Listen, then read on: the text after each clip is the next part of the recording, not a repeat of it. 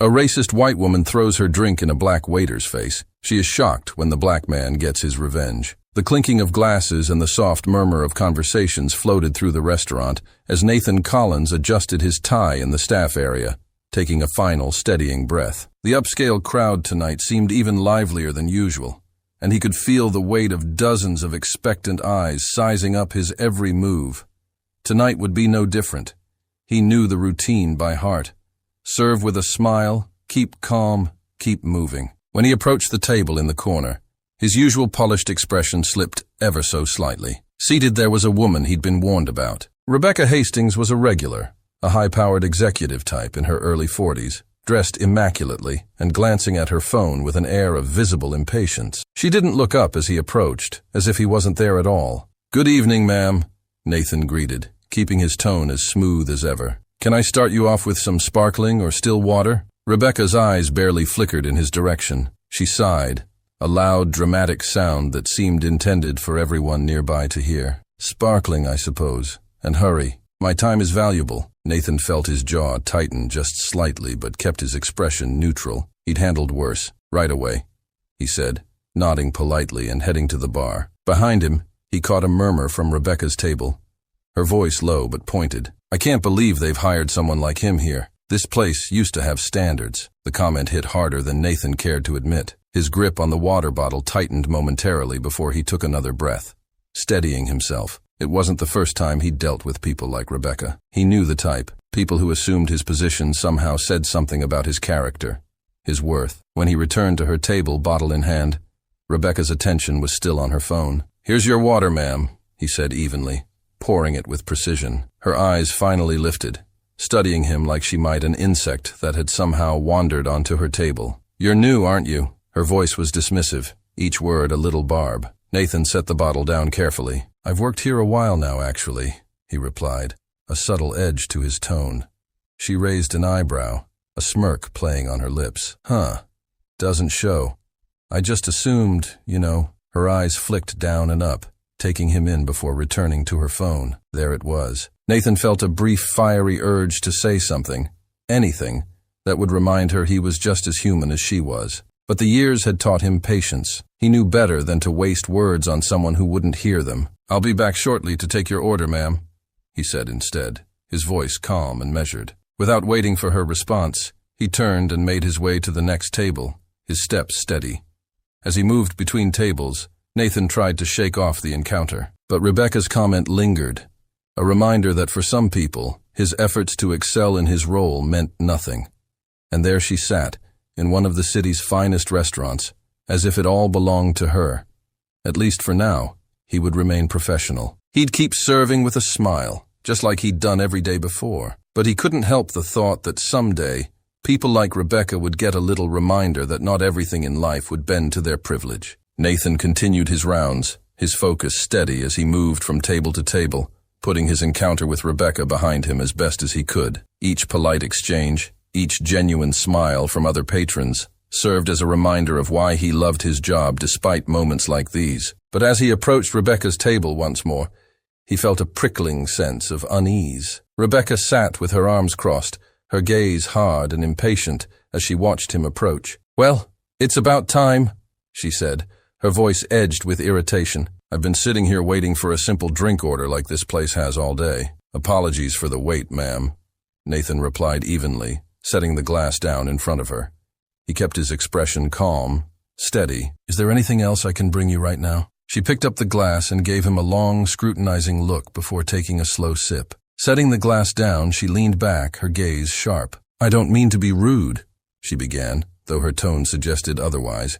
"But I can't help but notice how the standards here have shifted recently. You know, back in the day, this restaurant wouldn't have needed a diversity quota to fill its staff." Nathan's expression didn't falter, but he felt the sting of her words, sharp and deliberate. "Ma'am, I assure you everyone here is hired for their qualifications. Is that right?" She smirked as if amused. "Look, I'm just saying it's obvious what they're doing.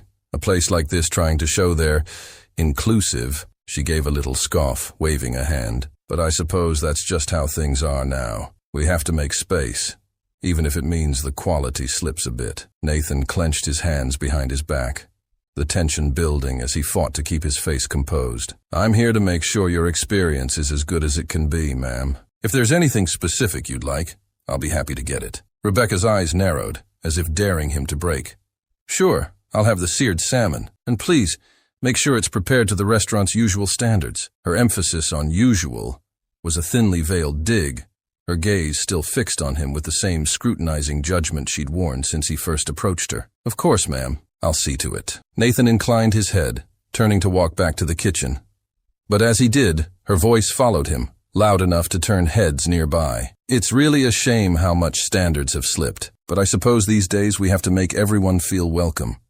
No matter what." He felt the weight of her words pressing down, each one a deliberate cut meant to diminish him. He held his head high as he passed other tables, pushing down the frustration building in his chest. He'd faced this kind of prejudice before, and he knew how to handle it. But tonight, the sense of injustice lingered, her words leaving a bitter aftertaste. Returning to the kitchen, he relayed the order to the chef with a steady voice, but the anger simmered under his calm exterior, each of her pointed insults striking deeper than the last. Nathan's patience was thin as a thread as he moved between tables, his usual calm battered by the relentless wave of insults from Rebecca's table. Every sharp word, every contemptuous look, and especially her insinuation about him being a diversity hire, burned in his mind, each one a barb that cut deeper. He was used to rude customers, but her complete brazen disrespect had made this evening unlike any other. Across the room he saw her raise her hand again, waving him down with an exaggerated motion and tapping her empty glass against the table as if to further humiliate him. Taking a deep breath, Nathan approached, forcing his tone to stay even. "Ma'am, would you like a refill?" he asked, his voice clipped but calm. Rebecca didn't answer immediately, just looked him over with that smug, disdainful smirk. "Well, you finally decided to show up," she sneered, "and here I was starting to think service standards just didn't matter to you people." Nathan felt a flicker of anger, but he forced himself to nod. "I apologize for the wait," he replied tersely. "I'll bring your drink right away." "Oh, I'm sure you will," she said, voice loud enough for everyone nearby to hear. "They probably only keep you around because you make the place look inclusive and right. After all, they wouldn't want to appear biased." Nathan felt the last of his patience slip away, the fire in his chest rising to a breaking point. He squared his shoulders, meeting her gaze directly. "Ma'am, I earned my place here, just like anyone else." Rebecca let out a harsh laugh, the sound sharp and cold. "Earned it? Let's not kid ourselves. You're nothing more than a token. They needed someone to fill a quota, and you were convenient. You should be grateful they even let you in here." He took a small step forward, his voice low but pointed. "Respect is a two-way street, ma'am. If you want it, try showing a little of it first." Rebecca's face twisted in rage, and before he could react, she grabbed her glass and threw the remaining water directly at him. The icy liquid splashed across his face and shirt, soaking him instantly. Gasps filled the room as the other patrons turned to watch the scene unfold, their expressions ranging from shock to quiet outrage. For a moment, Nathan stood there dripping, his eyes locked on Rebecca's smug, triumphant expression. But instead of retreating, he felt his own anger spill over, no longer containable. "Oh, don't worry, ma'am," he said, his voice laced with sarcasm. "I'll get you that refill. Maybe I'll even rush a little, since I wouldn't want to waste any more of your precious time." Her mouth dropped open, stunned, but she quickly regained her composure, her face contorting with fury. "Excuse me? Who do you think you're talking to?" "Someone who thinks they're owed respect without showing any in return," he shot back, his tone unyielding. "Someone who believes money lets them treat others like trash." Rebecca's face turned red, her voice trembling with rage. "How dare you speak to me like that? You're just an entitled little server who has no idea who he's dealing with." "Oh, I know exactly who I'm dealing with," Nathan said coldly. "And I think everyone here does too." Rebecca's eyes blazed as she opened her mouth. But before she could respond, James, the restaurant manager, approached, his expression firm as he looked between them. "Is there a problem here?" he asked, his voice steady but with a clear note of authority. Rebecca turned to him instantly, latching onto his presence as her chance to regain control. "Yes, there's a problem. This server was rude, and I demand that he be fired immediately. I won't be insulted by some quota filler." James's gaze shifted from Nathan, soaked from the thrown water, to Rebecca, whose face was twisted with anger. He took a measured breath, his voice calm but firm. "Ma'am, we have a strict policy against abusive behavior toward our staff. I'm going to have to ask you to leave." Her eyes widened in shock, her mouth hanging open in disbelief. "You're asking me to leave? I am a paying customer." "Yes, ma'am," James replied, his tone resolute. "This is your final warning. We're happy to refund your meal, but I need you to leave the restaurant." Rebecca shook her head, her rage intensifying as she crossed her arms. "No," she said, her voice sharp. "I am not going anywhere until this man is fired. I will not be thrown out like some nobody." James sighed, nodding to the hostess to summon security. "Ma'am, if you refuse to leave, we'll have to call security." Rebecca's face twisted further, her eyes wild with fury as she realized her defiance was only drawing more attention from the surrounding tables. "Call them," she spat. "Let everyone see how this place treats its best clients. I know people in this city, important people." James simply waited, his gaze unwavering. Security arrived within moments, standing politely but firmly near the door, making it clear she was no longer welcome. Realizing she had no choice, Rebecca snatched up her coat and bag, her mouth set in a rigid, furious line as she prepared to leave. But as she stormed toward the exit, she turned back one last time, glaring directly at Nathan. "This is why you people don't belong here," she sneered, her voice dripping with venom. "No sense of respect, no class, nothing but entitlement. You'll never be anything but help, no matter where they let you in." The room was silent, every patron staring in stunned disbelief. Nathan felt the weight of her words, the ugliness and bile, but he stood tall, unflinching. He met her gaze, his voice steady. "And yet, here I am, still standing." Rebecca let out a furious huff, then spun on her heel and stormed out, the door swinging shut behind her with a final satisfying thud. The restaurant remained quiet, the gravity of her words lingering heavily in the air. Several patrons looked at Nathan, some offering sympathetic nods, a few whispering words of support. For the first time that evening, he felt a sense of victory. Whatever power she thought she had, it had crumbled as soon as she revealed who she really was. James put a hand on Nathan's shoulder, his expression sympathetic. "You handled that well.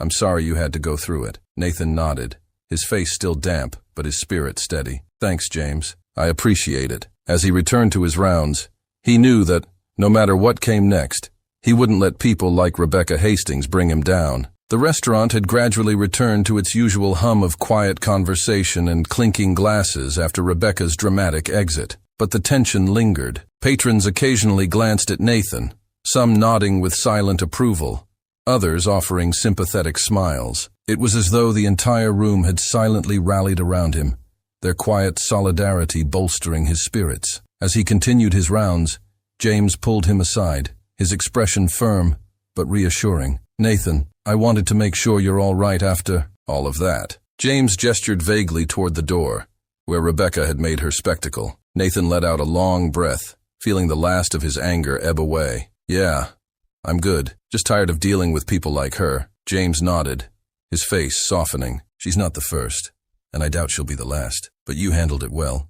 Stood your ground, even when she lost control." He paused, his voice dropping lower. "And don't worry, if she tries to follow through on her threats, we'll handle it. You won't be facing this alone." "Thank you, James," Nathan replied, feeling the weight lift a little more. "I really appreciate it." They both returned to their respective duties, but as Nathan went about the rest of his shift, he couldn't shake the memory of Rebecca's final, hateful words. Even now, they echoed in his mind, mingling with the satisfaction of watching her forced to leave. He'd faced people like her before, but rarely had anyone so openly displayed their prejudice and entitlement. As the night wound down, Nathan couldn't help but wonder if that was truly the last he'd see of Rebecca Hastings. Something about the look in her eyes, that cold certainty that her power extended beyond the walls of the restaurant, left him uneasy. He had seen that kind of entitlement before, the belief that money and connections could shield her from the consequences of her actions. The following day,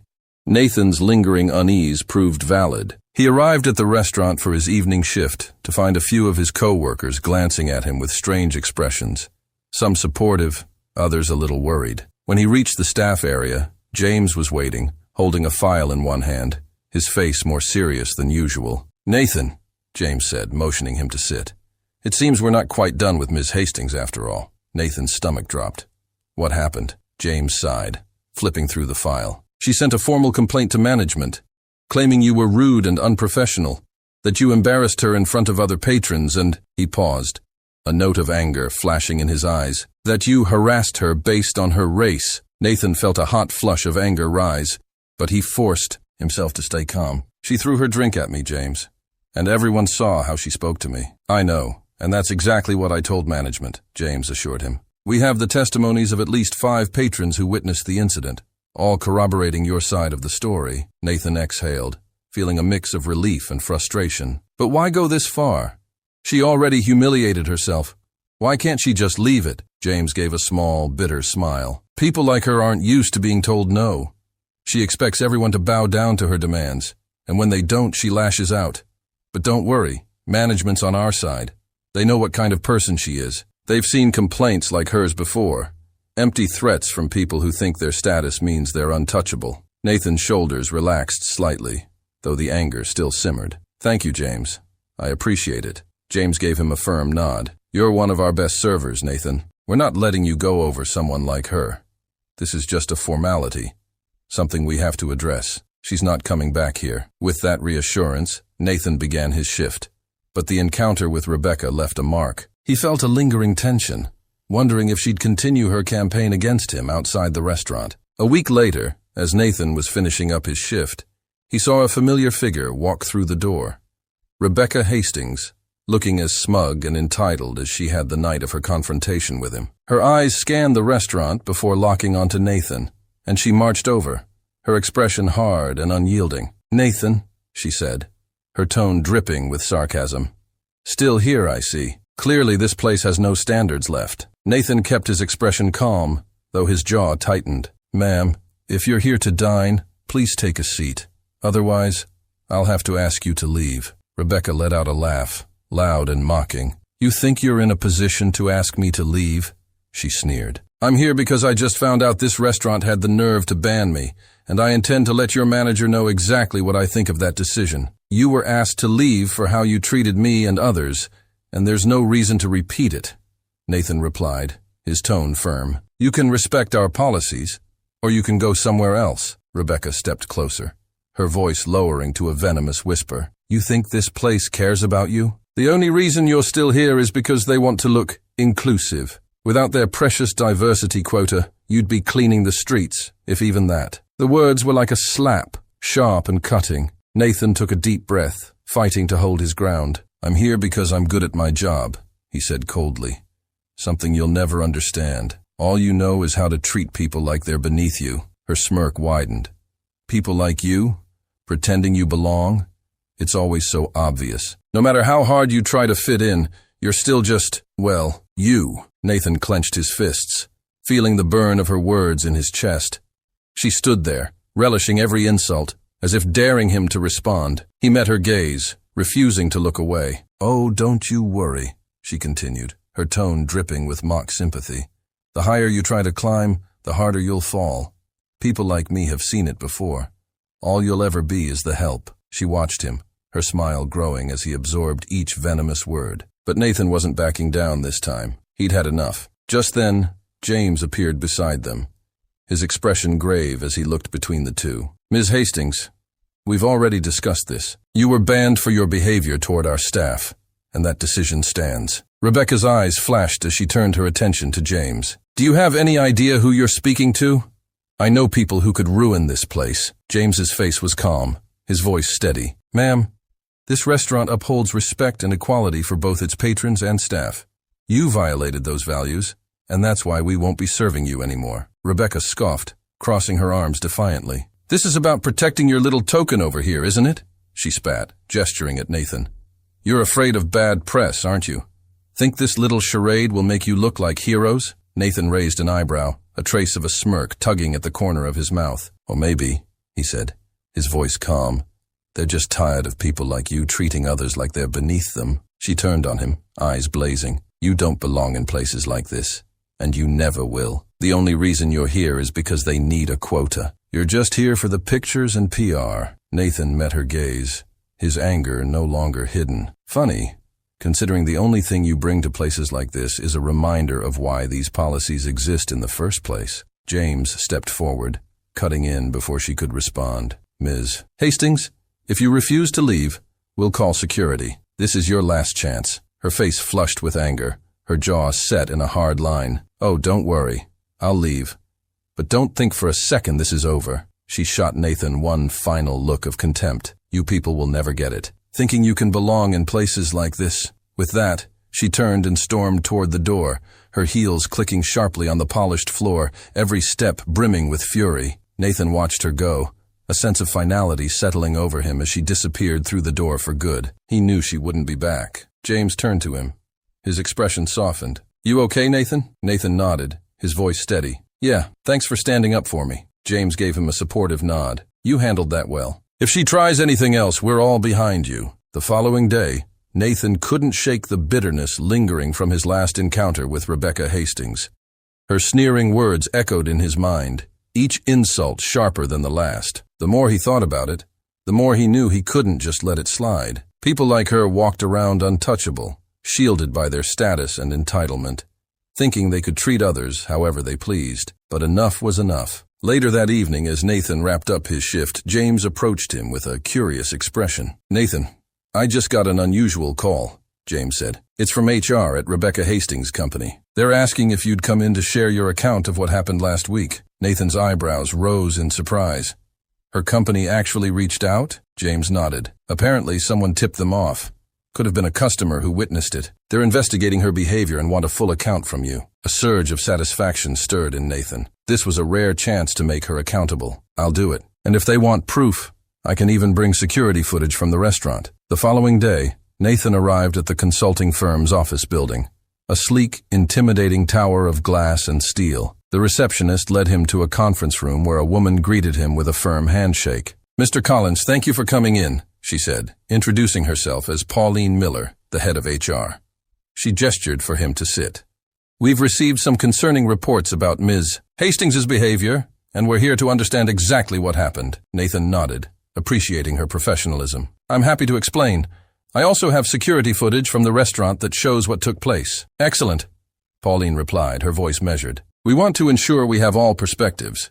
Please know we're committed to handling this fairly. Just as Nathan started explaining, the door opened abruptly, and in strode Rebecca Hastings herself, her expression darkening the moment she saw him. She took the seat opposite him with a smug, hostile glance. Oh, you've got to be kidding me, she muttered. So this is what it's come to, dragging me here over this nonsense. Pauline raised a hand, her voice calm but firm. Ms. Hastings, please remember this is a professional inquiry. We'll need you to remain civil as we proceed. Rebecca scoffed, crossing her arms. Professional? You're actually listening to him? Over me? Pauline held her gaze without flinching. This investigation is standard, Ms. Hastings. We're here to gather information from all involved. Nathan began recounting the events in detail, starting with her hostile tone, her condescending remarks, and culminating in the moment she threw her drink in his face. He stayed calm, detailing how she'd insulted him, with her final words echoing in his mind. You people will never get it, thinking you can belong in places like this. As he finished, Pauline turned to Rebecca. Ms. Hastings, do you have a response to this account? Rebecca's face flushed with anger. This is ridiculous. He's twisting everything to make himself look like the victim. The service was slow, and I didn't deserve to be treated rudely just because I expected a little respect. Nathan held her gaze. I was polite and professional until you crossed the line. Pauline glanced at him. You mentioned security footage? Nathan pulled out his phone, connecting it to a display screen. The footage showed the entire incident, from Rebecca's tense body language to the exact moment she threw her drink at him. As the video played, Pauline's expression hardened. When it finished, Pauline turned back to Rebecca, her face stern. Ms. Hastings, this behavior is unacceptable by any standard, let alone our own company's values. Rebecca's expression twisted, and she shot Nathan a venomous look. So what now? He's trying to ruin my career because I dared to tell him the truth. Pauline remained unshaken. This isn't about speaking your mind. It's about actions and the impact they have on others. This behavior not only undermines our company's values but also reflects poorly on everyone associated with you in a professional setting. Rebecca's face turned red, her voice rising. You're really taking his side? Over me? Do you know what this could mean for the company? Ms. Hastings, Pauline replied, her tone steady. We have a responsibility to uphold a standard of respect, integrity, and inclusivity. Given the severity of this incident and the evidence presented, we are suspending you, effective immediately, pending further review. Rebecca stood up, nearly knocking her chair over, as she pointed a trembling finger at Nathan. You think you've won, don't you? You think this little display of self-righteousness will get you anywhere? Nathan met her gaze steadily, unbothered by her outburst. I think people deserve respect, no matter their job title. It's something you might learn now. Her mouth twisted in fury, but before she could respond, Pauline interjected. Ms. Hastings, you're excused. Security will escort you out. Rebecca's mouth opened in shock, but after a tense silence, she snatched up her purse, throwing Nathan one last look of disdain. People like you don't belong here, and you never will, she hissed, before storming out, the door slamming behind her. Pauline let out a breath, turning to Nathan. Thank you again for coming in. We'll be finalizing our investigation shortly,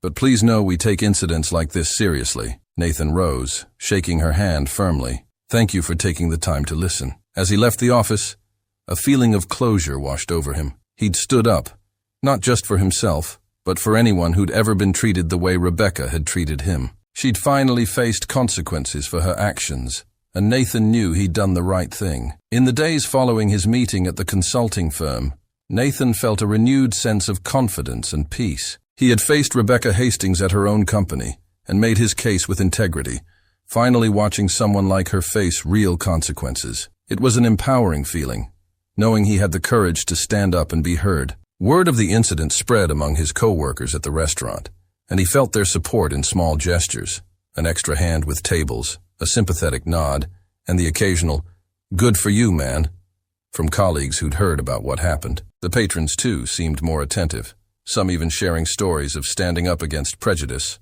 or offering quiet thanks for speaking out. As he continued through his shifts, Nathan was grateful for the sense of solidarity around him. He saw how much his actions had resonated with others, giving them permission to confront their own injustices and to believe that accountability was possible. One evening, as the dinner rush began to slow, James approached him with a curious smile. "Nathan, there's someone here who wants to speak with you," he said, nodding toward the hostess stand. Nathan turned to see Pauline Miller from the consulting firm standing there, looking around the restaurant with a warm smile as she spotted him. Surprised but intrigued, he made his way over to greet her. "Ms. Miller," he said, extending his hand. "Good to see you." "Please call me Pauline," she replied, shaking his hand firmly. "I wanted to stop by to thank you in person and to let you know how things ended with Ms. Hastings. She won't be returning to our company." Nathan let out a breath he hadn't realized he'd been holding. "I appreciate you telling me that. I wasn't sure if anything would come of it, but I'm glad her actions finally caught up with her." Pauline nodded, her expression sincere. "What you did took courage, Nathan. Many people would have looked the other way or stayed silent. But by speaking up, you reminded all of us that values mean nothing if they aren't backed by action." She paused, glancing around the restaurant. "Your team and your manager spoke very highly of you. It's clear you're respected here, and I can see why." Nathan felt a swell of gratitude and pride. "Thank you, Pauline. It means a lot to hear that. And it's nice to know people care about integrity as much as they say they do." Pauline smiled warmly. "Well, if you ever decide you're interested in a career shift, I'd be more than happy to arrange an interview for you.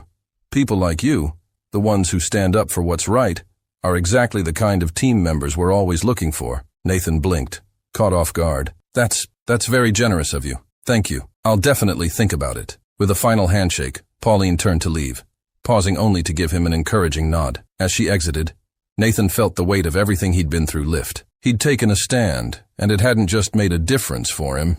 It had resonated with others, creating ripples he hadn't even expected. Over the next few weeks, things settled back into a familiar rhythm, but Nathan felt a stronger sense of purpose than he had before. He'd learned that respect wasn't something you could expect to receive passively. It was something you had to stand up for, even in the face of intimidation and prejudice. One evening, as he was closing up, James clapped him on the shoulder. "Proud of you, Nathan," he said, a hint of pride in his voice. "You handled everything with integrity.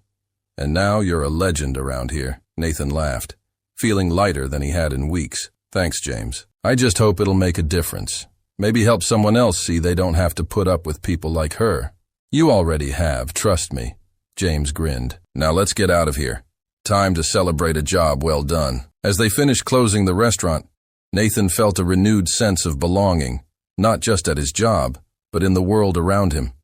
For the first time, he knew he could face whatever came next with his head held high. And that feeling, he realized, was worth everything. A few weeks had passed since Nathan's last encounter with Rebecca Hastings. Life at the restaurant was going smoothly, and Nathan finally felt a sense of closure. But on a sunny Saturday afternoon, as he strolled through the city enjoying his day off, he suddenly heard a familiar venomous voice ring out behind him. Well, well, look who thinks he's a free man, Rebecca sneered. Nathan turned, feeling a wave of frustration surge through him. Rebecca Hastings stood a few feet away, her face twisted with fury.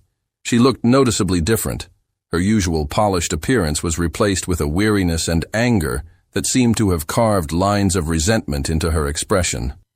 "Didn't expect to see you here, Rebecca," he replied coolly. "Out enjoying a casual stroll after losing your job?" Her face reddened instantly. "You think you're clever, don't you? I'm sure you're just thrilled with yourself, ruining people's lives just to feel important." Nathan gave her a dry smile. "I wouldn't say ruining lives is my goal, but if the shoe fits..." Rebecca's mouth dropped open, her eyes flashing with rage. She took a step closer, pointing a manicured finger in his face. "You little nobody. You think you can just walk away from what you did to me?" Nathan looked down at her finger, then slowly back up to her face, his expression smug. "What I did to you? You mean exposing you for what you are?" "Yeah, Rebecca. I can live with that." Her face flushed an even deeper red as her hands clenched into fists. "I was someone in this city. I had a career, connections, people who respected me, until you came along with your little victim act." Nathan chuckled, crossing his arms. "Victim act? From where I'm standing, you're the one acting like a victim. You tried walking all over me, and now you're mad because I didn't let you." Rebecca's eyes narrowed, and she leaned in, her voice a low, harsh whisper. "People like you don't get to tell people like me how to behave. You should have been grateful just to have a job at a place like that. Instead, you ran to my company like a sniveling little tattletale." Nathan smirked, meeting her glare head-on. "People like me? You mean people who don't have to buy respect with a paycheck? I guess that's a hard concept for you to understand." Her composure snapped, and she shoved him hard, catching him off guard. "You're nothing but an arrogant, entitled little insect," she spat, her voice loud enough to draw the attention of passers-by. Nathan steadied himself, but instead of backing down, he took a step closer, his voice mocking. "Arrogant? From where I'm standing, it looks like you're the one who can't handle the truth. Must be hard not getting everything handed to you on a silver platter for once." Rebecca's fists clenched as her voice rose. "Don't you dare talk to me like that, you pathetic little servant. That's all you are. A servant who got too big for his britches. You were lucky to be around people like me." Nathan raised an eyebrow, his voice laced with sarcasm. "Oh, sure. Lucky to deal with someone who can't go 2 sentences without reminding me how important they are. Real privilege." People in the street began to slow down, drawn by the intensity of their argument. Some took out their phones, recording as Rebecca's face turned redder by the second. Her breathing labored with fury. "You ruined my career!" she yelled, her voice cracking as she gestured wildly. "Do you even understand what you've taken from me? You think you're some kind of hero. All you are is a smug, self-important pest who got lucky once." Nathan let out a small, mocking laugh, crossing his arms as he looked at her with a condescending smirk. "If you'd treated people with an ounce of decency, Rebecca, you'd still have your career. But I guess respect is a foreign concept to you." Her face twisted with rage, and without warning, she slapped him hard across the face. The sharp sting burned across his cheek, but he only smiled back, feeling a sense of satisfaction at her loss of control. "Oh, did I touch a nerve?" he said smugly. Poor little Rebecca, finally getting a taste of her own medicine. Rebecca's entire body seemed to tremble with rage, her fists clenched so tight, her knuckles turned white. "You have no idea who you're dealing with. You arrogant little—" "Oh, I think I know exactly who I'm dealing with," Nathan interrupted, his tone mocking. "A spoiled, self-important bigot who thinks she's better than everyone else." The crowd around them murmured, clearly shocked by her behavior. A few people started to call out in support of Nathan, their voices cutting through her rage. "You can't treat people like that, lady," a man called out. "Yeah, we all saw what you did. added a woman, phone in hand as she filmed. Rebecca's eyes darted to the crowd, and a flicker of panic crossed her face before she turned back to Nathan, her voice growing louder and more desperate. "This isn't over. People like me don't let people like you get away with this. You're trash. Nothing but a low-class, entitled little nobody who thinks he can play with the big leagues." Nathan shrugged, his expression unbothered. "Well, this nobody seems to be the one coming out on top, don't you think?" With that final dig, she completely lost control. She lunged at him, shoving him hard in the chest, her nails scratching at his shirt as she snarled, "You're nothing! Do you hear me? Nothing!" Nathan stepped back, catching his balance, his voice calm and unshaken. "You're just showing everyone who you really are, Rebecca. Keep going. You're doing my job for me." Just then, 2 police officers pushed through the crowd, drawn by the shouting. The taller officer stepped between them, looking from Rebecca's twisted, furious face to Nathan's calm demeanor. "What's going on here?" the officer asked, his voice authoritative. Rebecca turned on the officer, her voice shrill and frantic. "He's harassing me, following me around, trying to ruin my life." The officer glanced at Nathan, who raised his hands in a relaxed, casual gesture. "Officer, I was walking down the street when she approached me and started this whole thing. There are plenty of witnesses who saw her shove me and slap me." Several people in the crowd nodded, some speaking up. "She's the one who's been yelling," one woman called out. "She slapped him first," another added, showing her phone screen, recording the incident. The officer looked back at Rebecca, his expression hardening.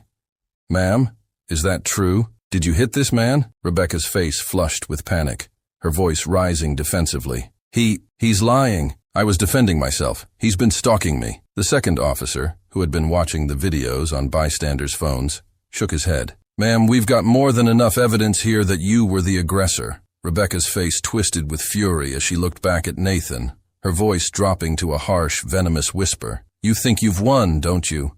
You're just trash. Nothing but an insignificant pest who thinks he deserves to be around people like me." Nathan let out a chuckle, shrugging. "If that's what you need to tell yourself, Rebecca. But I think the only one here acting like trash is you." The officer stepped forward, pulling out a pair of handcuffs. "Ma'am, we're placing you under arrest for assault and disturbing the peace." Rebecca's mouth dropped open, her voice desperate.